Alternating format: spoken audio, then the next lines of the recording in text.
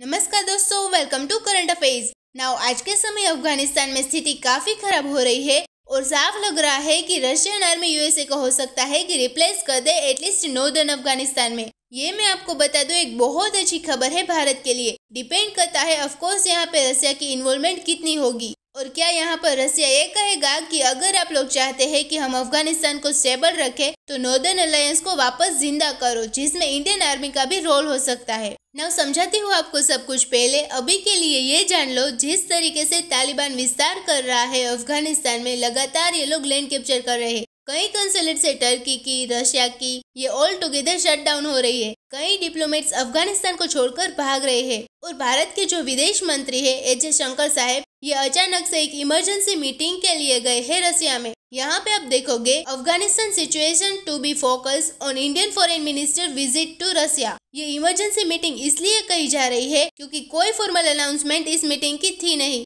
जिस तरीके से तालिबान विस्तार कर रहा है, ये देखते हुए भारत ने डिसाइड किया है रशिया से बात करने का समय आ चुका है। और ये सब का एक रीजन भी है, रीजन है नॉर्दर्न अफगानिस्तान। अगर यहाँ पे आप देखोगे अफगानिस्तान का जो नॉर्थ का एरिया है, जहाँ पर इस वक्त मैं कर्सर घुमा रही हूँ, जिसके पास में आपको मिलेगा तजिकिस्तान, और उसके बाद यहाँ पे एक बॉर्डर भी शेयर करते हैं with Kashmir, Pakistan occupied Kashmir to precise. यहाँ पे अगर तालिबान ने कम्प्लीटली कब्जा कर लिया तो ये तबाही मचा सकते हैं पूरे सेंट्रल एरिया रीजन में, जो रशिया भी नहीं चाहेगा, ना भारत चाहेगा। तालिबान देखो अपने आप में एक अनकंट्रोलेबल फोर्स है। ये जहाँ भी जाते हैं बहुत ही जल्द रिक्रूटमेंट करते हैं। इनके पास हथियारों की कमी नहीं है। अमेरिकन हथियार यहाँ पे जो ये लोग छोड़ के चले गए हैं, वहीं आज के समय इस्तेमाल कर रहे हैं और जल्दी जल्दी लोगों को रिक्रूट कर तालिबान की आर्मी में उनको ज्वाइंट करवा के ये कॉन्स्टेंटली साइज में बढ़ते जा रहे हैं। तो अभी के लिए क्या है कि सारे जो देश है यहाँ पर देख रहे हैं रशिया की तरफ कि रशिया यहाँ पर तजिकिस्तान में जो इनका बहुत ही इम्पोर्टेंट मिलिट्री बेस है, इसको एक्टिवेट करे और इंश्योर करे कि एटलीस्ट ये जो रीजन है यहाँ पर तालिबान डोमिनेट करना ना शुरू कर दे।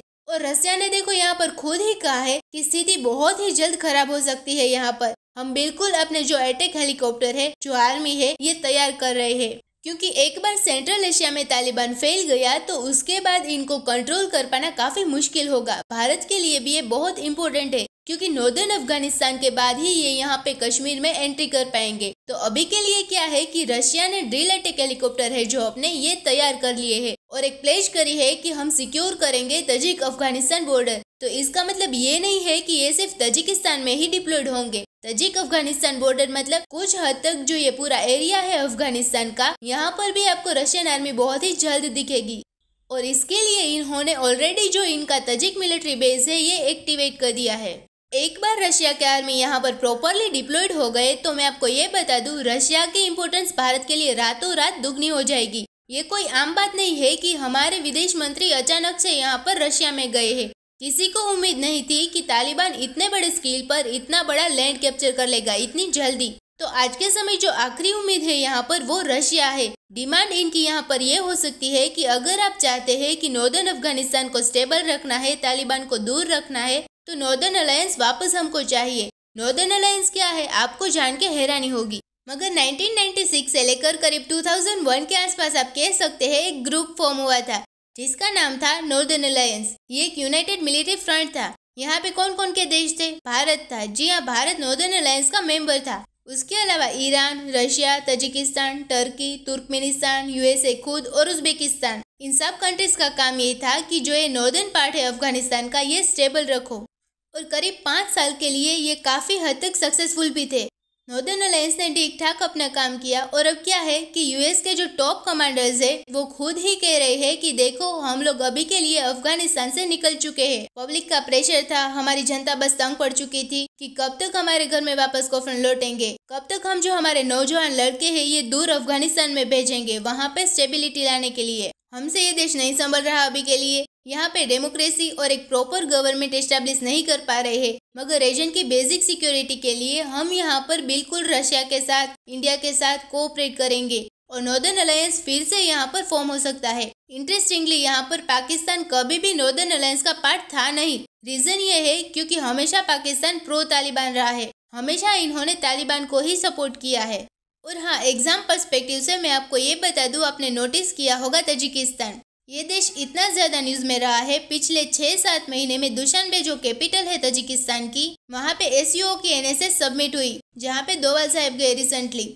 उसके अलावा आपको याद होगा ये भी न्यूज आई थी कि इंडियन मिलिट्री एकेडमी में इंडियन और तजिकिस्तान के सोल्जर्स की कुछ हड़प हो गई थी। तो तजिकिस्तान बहुत ज्यादा न्यूज में रहा है और अब अफगानिस्तान की वजह से भी न्यूज में रहेगा।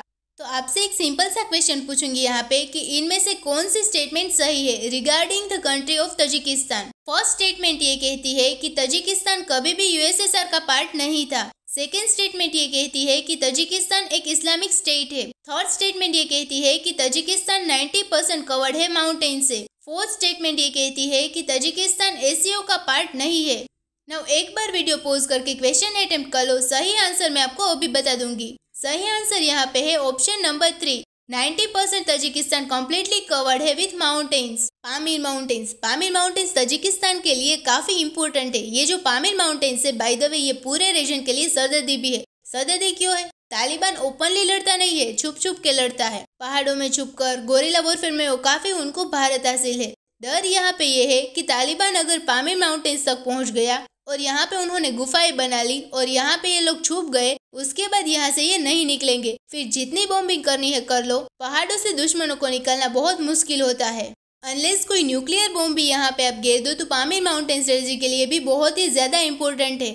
और जो नॉर्दर्न अलायंस अगर प्रॉपरली फिर से फॉर्म होता है तो उसका भी मेन काम यही होगा कि पामीर माउंटेन को ये ना कब्जा ले, क्योंकि एक बार ये कब्जा लिया उसके बाद चाइना, किर्गिस्तान, कश्मीर, सारा जो रीजन है तो ये आ जाता है खतरे में। तो देखो, रशिया की एंट्री बिल्कुल एक पॉजिटिव स्टेप है।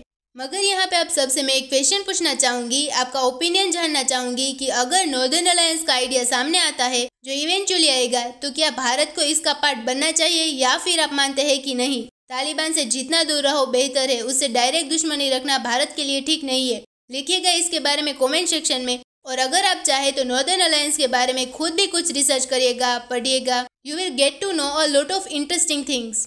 तो इसी नोट के साथ वीडियो करते हैं खत्म। उम्मीद है यहाँ पे आपको काफी कुछ जानने को मिला होगा। Thank you for listening.